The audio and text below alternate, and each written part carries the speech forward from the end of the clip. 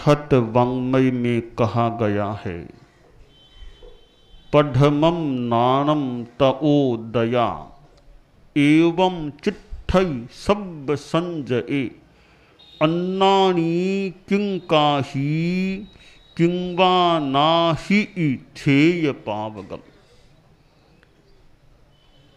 जीवन में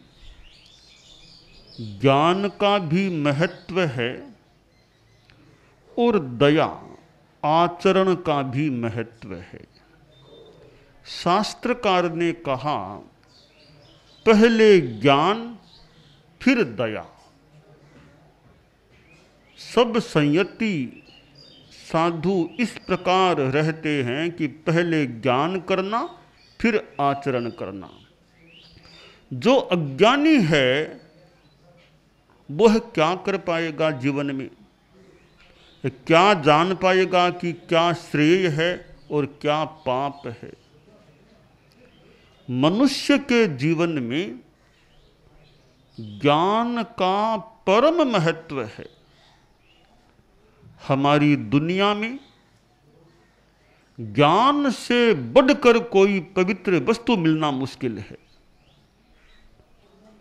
इसलिए आदमी को यथासंभव ज्ञान की आराधना करनी चाहिए। ज्ञान के बिना तो जीवन में अंधकार हो जाता है। रात्रि में अंधकार होता है, प्राकृतिक रूप में तो अंधकार हो जाता है, कृत्रिम रूप में मनुष्य ने प्रकाश का प्रयास भी किया है, करता है। तो अंधकार हो जाता है, वहां दिखाई नहीं देता। जीवन में ज्ञान के सूर्य के अभाव में जब अंधकार रहता है, क्या करना, किधर आगे बढ़ना, यह सब अज्ञात और अस्पष्ट हो जाता है। ज्ञान भीतर से भी स्फुरित हो सकता है। जैन तत्व विद्या में ज्ञान के 5 प्रकार बताए गए हैं। मति ज्ञान, श्रुत ज्ञान, अवधि ज्ञान, मनः पर्यव ज्ञान, केवल ज्ञान। सबसे बड़ा ज्ञान तो केवल ज्ञान है, और वह ज्ञान हो जाने के बाद मानो पुस्तकें बेकार हैं। उसके लिए केवल ज्ञान प्राप्त होने के बाद कुछ भी अज्ञात नहीं रहता है। सर्वोच्च ज्ञान केवल ज्ञान है। मनः पर्यव ज्ञान और अवधि ज्ञान भी अतीन्द्रिय कोटि के ज्ञान हैं। मति श्रुत ज्ञान ये इंद्रिय और मन के जगत के ज्ञान हैं। मति ज्ञान, श्रुत ज्ञान, दुनिया का ऐसा कोई भी प्राणी नहीं होता जिसमें मति ज्ञान, श्रुत ज्ञान अथवा मति अज्ञान, श्रुत अज्ञान अथवा फिर केवल ज्ञान, या तो केवल ज्ञान होगा। केवल ज्ञान हो गया फिर तो क्या तो मति ज्ञान, क्या श्रुत ज्ञान, क्या अवधि ज्ञान, क्या मनः पर्यव ज्ञान, वहां तो केवल ज्ञान है। ये बाकी 4 ज्ञान तो अकिंचित कर वहां हो जाते हैं। जैसे एक सोने की चौकी है, एक सोने की चौकी कोई धोरे में धस गई, ऊपर धूल आ गई, दब गई। एक लंबे काल के बाद कई चीजें ऐसे मिट्टी आदि में लुप्त हो जाती है। भग्नावशेष फिर कई बार वो सामने आते हैं। हम लोग नालंदा गए थे और नालंदा विश्वविद्यालय की बात चलती है कि नालंदा विश्वविद्यालय प्राचीन काल में था, कैसे वहाँ अध्ययन होता था।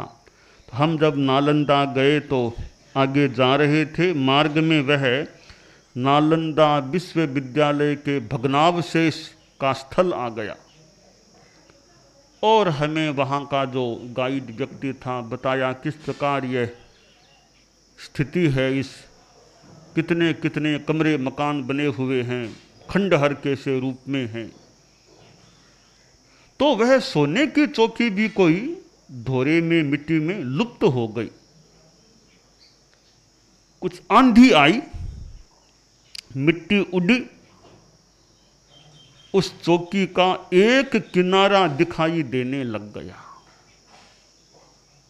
फिर दूसरा किनारा दिखने लग गया, उधर का तीसरा किनारा दिखने लग गया, चौथा किनारा दिखने लगा, 4 किनारे दिखने लग गए।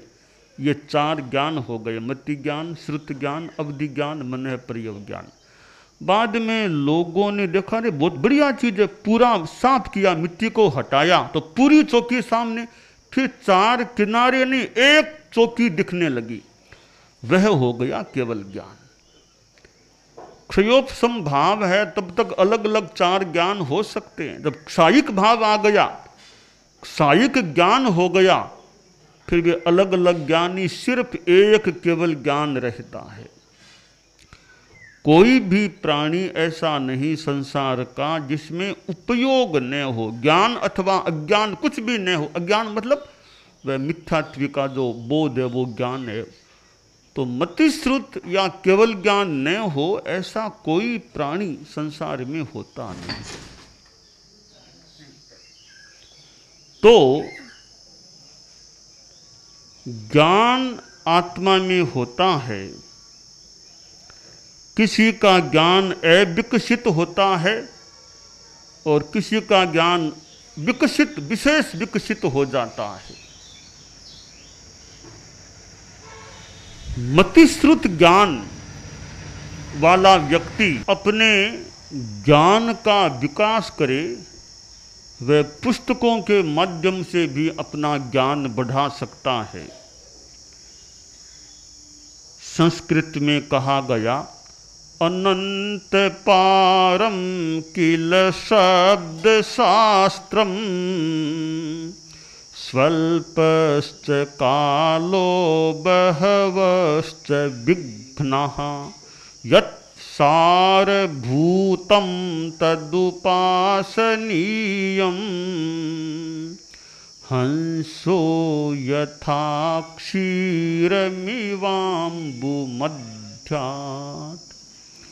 शब्द शास्त्र का तो मानो पार नहीं है। कितने कितने ग्रंथ दुनिया में पड़े हैं, इतने बड़े बड़े ज्ञान के भंडारों को पढ़ पाना तो बड़ा मुश्किल है।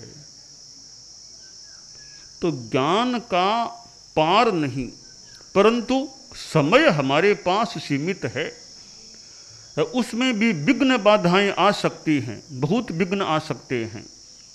इसलिए सारभूत ज्ञान को ग्रहण करने का प्रयास करना चाहिए। राजा ने पंडितों से कहा कि मुझे ज्ञान बताओ, ज्ञान की बातें बताओ। तो बड़े बड़े ग्रंथ लाए, ज्ञान के बड़े ग्रंथ आपको हम खूब बता सकते हैं। राजा ने इतने बड़े बड़े ग्रंथों को देखा, राजा बोला, रे मैं इतना पढ़ूंगा तो फिर राज्य शासन कब चलाऊंगा, मैं कैसे चलाऊंगा? यह तो मुश्किल बात है मेरे लिए, इतने ग्रंथों को पढ़ना। मुझे तो राज्य का काम करना होता है। संक्षेप में ज्ञान की बात बताओ मुझे तो एक स्वास्थ्य शास्त्र का पंडित बोला, महाराज स्वास्थ्य शास्त्र की सार की बात है, जीर्णे भोजन मात्र यह है कि भोजन कब करना चाहिए, अगला भोजन पच जाए, भूख लग जाए तब खाना भोजन करना चाहिए। यह स्वास्थ्य शास्त्र की एक सार की बात है। दूसरा पंडित था धर्मशास्त्र का, आपके धर्मशास्त्र की सार की बात बताओ, क्या बात है सार की? वह धर्मशास्त्र का वेत्ता बोला, महाराज हमारे शास्त्रों की सार की बात है, कपिलः प्राणिषु दया, कपिलः प्राणी नाम दया, प्राणियों के प्रति दया रखना धर्म की सार की बात है। ऐसे अपनी अपनी बातें बताई। तो राजा ने कहा यह ठीक है, मुझे तो संक्षेप में बताओ, पर संक्षेप में वो मजा नहीं आता जो मजा विस्तार से पढ़ने में आता है। समय लगाए, सूक्ष्मता से पढ़े, तब जो आनंद आता है, जो लाभ मिलता है, वो थोड़े थोड़े में उतना लाभ नहीं मिलता। इसलिए जितना संभव हो सके, जितना आवश्यक हो, जैसी परिस्थिति हो, उसके अनुसार आदमी को ज्ञानार्जन का, ज्ञान स्वाध्याय का प्रयास करना चाहिए। स्वाध्याय के द्वारा ज्ञान बढ़ता है। अब ज्ञान का सार क्या? नाणस्य सार मायारो, ज्ञान का सार है आचार। पढ़मम नाणम तो दया, पहले ज्ञान फिर दया, ये आचार है, वो ज्ञान का सार है। कि जो हम पढ़ते हैं तो हमारे जीवन में भी अच्छी बातें आ सकें, ऐसा प्रयास होना चाहिए। पढ़ तो लिया कि प्राणी नाम दया, प्राणियों के प्रति दया धर्मशास्त्र का सार है, तो दया करें तब काम होगा ना। कोरा जानने से क्या होगा, कितना होगा, जीवन में लाएंगे तब लाभ मिलेगा। जान तो लिया कि रोटी खाने से भूख मिटती है, रोटी खाओगे नहीं तो भूख कैसे मिटेगी। तो ज्ञान फिर आचरण होगा, तब कार्य में परिपूर्णता आ सकेगी। अहिंसा को जान लिया, ईमानदारी को जान लिया, अच्छी चीजों को जान लिया, अब हम उसका जीवन में आसेवन करें तो हमारा काम ठीक हो सकेगा। तो दोनों बातों का योग जीवन में हो जाए, ज्ञान और आचार। अंधा और लंगड़ा दोनों जंगल में थे। अब जंगल में आग लग गई। अब अंधा उष्मा का, उष्णता का एहसास तो करवा था अंधा आदमी, अब किधर जाना यह पता नहीं चलता, आंख नहीं है। लंगड़ा आदमी जान रहा था कि यह रास्ता है, इधर जाने से बचाव हो जाएगा, पर चल नहीं पाता। दोनों अपूर्ण थे, अधूरे थे। दोनों ने समझौता किया। अंधे के कंधों पर लंगड़ा बैठ गया, लंगड़ा रास्ता बताता गया और वो अंधा दौड़ता गया। दोनों जंगल से पार हो गए, जीवन की सुरक्षा हो गई। यह हो गया ज्ञान और आचार का संयोग, योग।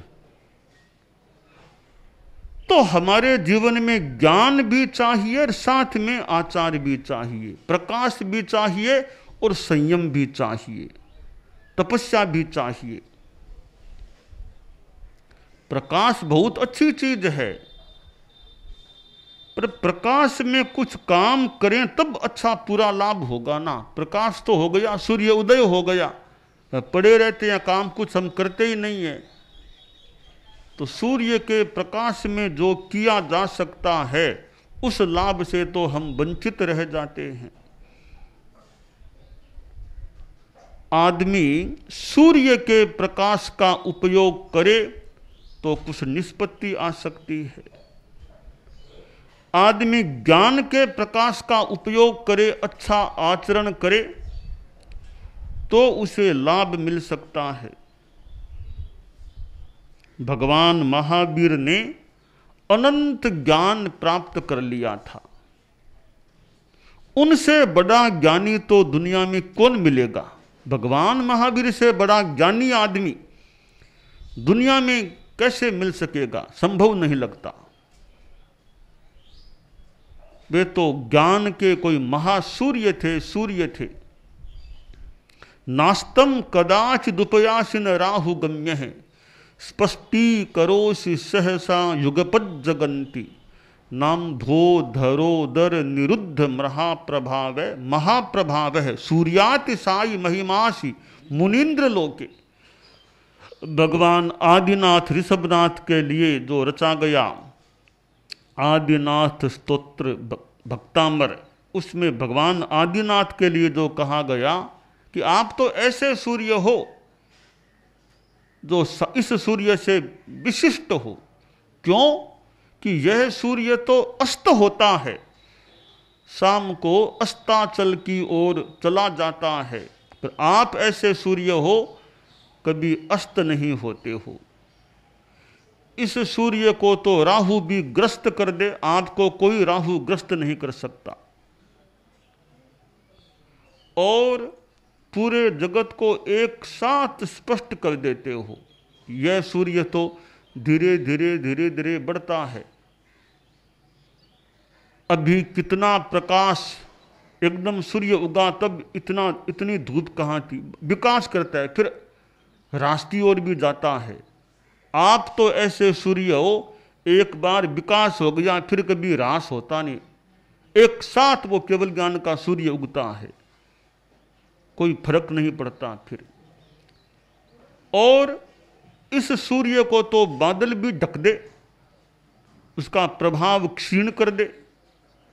आपके प्रभाव को क्षीण करने वाला कोई बादल दुनिया में है ही नहीं। इसलिए सूर्यातिशायी महिमासी, सूर्य से अतिशय महिमा वाले आप हो इस लोक में, हे मुनिंद्र। यह ज्ञान अपने आप में एक मानो सूर्य होता है। ज्ञान के लिए मन में निष्ठा होना जरूरी है, ज्ञान के प्रति सम्मान का भाव होना आवश्यक है, ज्ञान के लिए परिश्रम करना अपेक्षित है, तब ज्ञान मिलता है। यूं आदमी सूता रहे, श्रम न करे, आलस्य में रहे तो कितना क्या ज्ञान कैसे मिल पाएगा। परम पूज्य आचार्य तुलसी ने कितने कितने ग्रंथ, गाथा, श्लोक आदि याद कंठस्थ कर लिए थे। हजारों हजारों गाथा प्रमाण ज्ञान उन्होंने कंठस्थ कर लिया था। परम पूज्य आचार्य महाप्रज्ञ जी ने भी कितना ज्ञान अधीत किया था, ज्ञान के लिए कितना समय लगाया, श्रम किया। और गुरुदेव तुलसी का ज्ञान, संस्कृत का कितना अच्छा ज्ञान उनके पास था, तात्विक ज्ञान उनके पास कितना था, आगम बोध उनके पास कितना था, कितनी राग रागिणियों का अवबोध, धारणाएं उनके पास थी। और अपने ढंग का व्यावहारिक ज्ञान भी। ज्ञान अच्छा हो, प्रतिभा अच्छी हो तो आदमी ज्ञान के द्वारा दूसरों को मार्गदर्शन भी दे सकता है, उत्तर भी दे सकता है। आचार्य तुलसी को एक बार उधर जोधपुर उधर विराजमान थे, पधारे, एक व्यक्ति आया, बोला आचार्य जी मेरा लड़का बच्चा गुम हो गया, बच्चा गुम हो गया। गुरुदेव ने एक बात से ली, भाई कि क्या खास बात है, बच्चा कहाँ जाएगा, क्या खास बात है, बच्चा कहाँ जाएगा। तब पूछा, नहीं उसको मैं खोजूं या नहीं, उसको मैं खोजूं या नहीं, खोजूं तो मुझे पाप होगा, धर्म क्या होगा मुझे। तब देखा यह तो आदमी अन्य भावना से आए। तब गुरुदेव ने कहा, देखिए जी आप मुझे पूछते हो कि बच्चा गुम हो गया, उसको मैं खोजूं तो धर्म होगा या पाप। तब मेरा आपसे कहना है, आज आप मुझे पूछने आए हो, जिस दिन आपने बच्चा पैदा किया तब क्यों नहीं पूछा मुझे कि बच्चा पैदा करूं मैं, धर्म होगा, पाप क्यों नहीं पूछा आपने मुझको, आज आप क्यों पूछ रहे हो। संभवतः पूछने वाला शांत हो गया, उत्तर मिल गया मुझे। यानी अब ऐसे को ऐसे उत्तर देना होता है कई बार, तब बात का कांटा ठीक निकलता है। तो उसका कोई वो, उसको सहानुभूति नहीं चाहिए थी, उसको तो वो तात्विक प्रश्न करना था, कि धर्म होगा या पाप मुझे, तेरापंथी क्या कहते हैं। तो ज्ञान होता है और प्रतिभा होती है तो आदमी मौके पर उत्तर भी अच्छा दे सकता है। आचार्य भिक्षु का अपना तरीका था उत्तर देने का, वे कैसे उत्तर देते थे इस मामले में तो लगता है आचार्य भिक्षु के पास विशेष कोई अच्छी प्रतिभा थी, उत्तर देने का अच्छा तरीका था। तो हमारे जीवन में ज्ञान का विकास भी होना चाहिए, साथ में आचार भी हमारा अच्छा होना चाहिए।